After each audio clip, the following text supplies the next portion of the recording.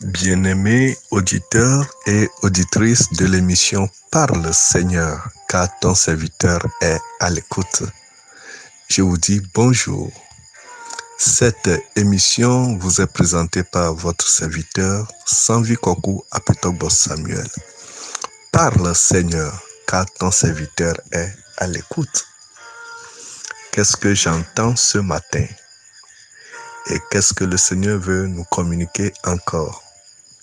J'entends la phrase « un bilan effrayant ». Un bilan effrayant. Bien-aimés auditeurs et auditrices, lorsqu'on parle d'un bilan, à peu près on parle d'un rapport après des activités. Le bilan est toujours soumis à un supérieur qui juge son contenu afin de pouvoir apprécier et récompenser. La vie que nous sommes en train de mener ici-bas est comme des activités que nous menons quotidiennement. Et un jour, nous aurons à rendre compte à celui qui nous a donné la vie. La vie nous a été donnée par Dieu. Il est le créateur de la vie. Et Jésus dit, je suis le chemin, la vérité et la vie. Nul ne peut aller au Père que par moi. C'est pourquoi aujourd'hui, si les gens renient Jésus-Christ, ils sont en train de renier l'auteur de la vie. Il est la vie, il est le faiseur de vie, il est le transformateur de vie. Et un jour, le bilan sera fait devant lui. Un bilan effrayant. Pensons-y. Lorsque nous vivons quotidiennement, nous vaquons à nos activités et nous faisons beaucoup de choses dans la vie active. Mais comment tu mènes ta vie? Comment je mène ma vie? La vie que tu mènes en cachette est la vie que tu as et que tu possèdes. Le fait d'aller à l'église les jours du culte ne feront pas de toi une personne qui présentera un bon bilan un jour. Mais c'est ta vie, à la maison, chez toi, dans le lieu secret. Quelle est la vie que tu mènes? N'oublions pas que le bilan serait très effrayant. Es-tu un prédicateur? Es-tu un enseignant de la parole de Dieu? Es-tu un pasteur? Es-tu un enfant de Dieu? Es-tu ministre? Es-tu député? Quel est ton titre? Peu importe ce que tu fais dans la vie, l'important est de faire de ton mieux pour un bon bilan. Car ce jour-là, il n'aura plus de grâce, il n'aura plus de pardon, il n'aura plus de compassion. Devant le trône blanc, c'est le bilan. Devant le trône blanc, il n'y a plus d'excuses. Devant le trône blanc, c'est le verdict qui tombe. Bien-aimés auditeurs et auditrices, devant le trône blanc, Jésus ne peut rien faire pour nous. Il laissera le Père prononcer son verdict.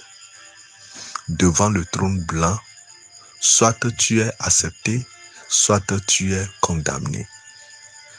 Alors, si nous vivons ici-bas, tant que nous avons encore la respiration, le souffle de vie en nous, faisons tout pour être meilleurs. Faisons tout pour pouvoir présenter un bon bilan ce jour-là. Parle, Seigneur, car ton serviteur est à l'écoute. Tournons nos Bibles et allons dans l'évangile de Matthieu, chapitre 7, du verset 22 au verset 27. Matthieu chapitre 7, verset 22 au 27e.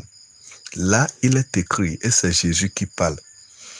Plusieurs me diront en ce jour-là, Seigneur, Seigneur, n'avons-nous pas prophétisé par ton nom? N'avons-nous pas chassé des démons par ton nom? Et n'avons-nous pas fait beaucoup de miracles par ton nom? Alors je leur dirai ouvertement, je ne vous ai jamais connu. Retirez-vous de moi, vous qui commettez l'iniquité. C'est pourquoi quiconque entend ces paroles que je dis et les met en pratique sera semblable à un homme prudent qui a bâti sa maison sur le roc. La pluie est tombée, les torrents sont venus, les vents ont soufflé et se sont jetés contre cette maison. Elle n'est point tombée parce qu'elle était fondée sur le roc. Mais quiconque entend ces paroles que je dis et ne les met pas en pratique sera semblable à un homme insensé qui a bâti sa maison sur le sable. La pluie est tombée, les torrents sont venus, les vents ont soufflé et ont battu cette maison. Elle est tombée et sa ruine a été grande. Bien-aimés auditeurs et auditrices, un verset qui fait peur, un verset effrayant. Le verset 22 nous dit, et c'est Jésus même qui parle, plusieurs me diront en ce jour-là, Seigneur, Seigneur, n'avons-nous pas prophétisé par ton nom? N'avons-nous pas chassé des démons par ton nom? Et n'avons-nous pas fait beaucoup de miracles par ton nom? Alors je leur dirai ouvertement, je ne vous ai jamais connu. Retirez-vous de moi, vous qui commettez l'iniquité. Alors, le fait de prêcher un bon message, le fait d'être un enseignant, le fait d'être pasteur, le fait d'être un chrétien ne fera pas de nous des gens qui prépareront un bon bilan devant le Seigneur. Si Jésus est en train de dire ici que certaines personnes viendront et il leur dira qu'il ne les a jamais connus, alors là, ça fait peur. On peut aller à l'église sans être connu par Christ. On peut prêcher sans être connu par Christ. Ce qui est important et nécessaire, c'est de connaître Christ et que Christ te reconnaît comme son fils. Car il est écrit, à tous ceux qui l'ont reçu, à ceux qui croient en son nom, il, c'est-à-dire Jésus-Christ, leur a donné le pouvoir de devenir enfant de Dieu. Est-ce que réellement tu es enfant de Dieu? Est-ce que je suis vraiment un véritable enfant de Dieu? Est-ce que j'ai connu Christ? Est-ce que Christ m'a connu?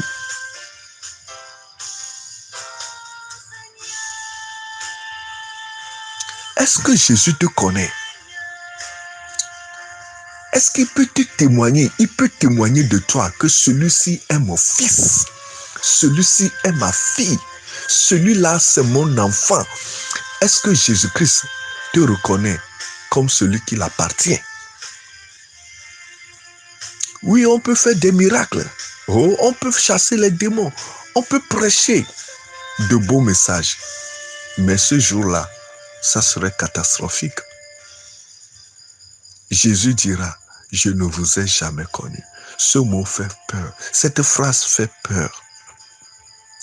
Bien-aimés auditeurs et auditrices, un bilan effrayant. Méditons sur notre vie de tous les jours. Méditons sur notre intimité avec le Seigneur. Suis-je en règle avec Dieu? Est-ce que Dieu me connaît? Et s'il me connaît, est-ce que moi je le connais? Aujourd'hui, nous courons de camp de prière en camp de prière, d'église en église. Mais Jésus, est-ce qu'il nous connaît? Est-ce que Jésus me connaît? Connais-tu Christ? Qui est Jésus pour toi? Méditons-en, réfléchissons et que chacun de nous fasse un bilan propre à lui-même en se dénouant devant le Seigneur. Il n'est pas encore trop tard pour se convertir et se repentir, car le meilleur reste à venir. Vous venez d'écouter la voix de vos serviteurs, Sanvi Kokwa Petobo Samuel. À bientôt. Bye bye.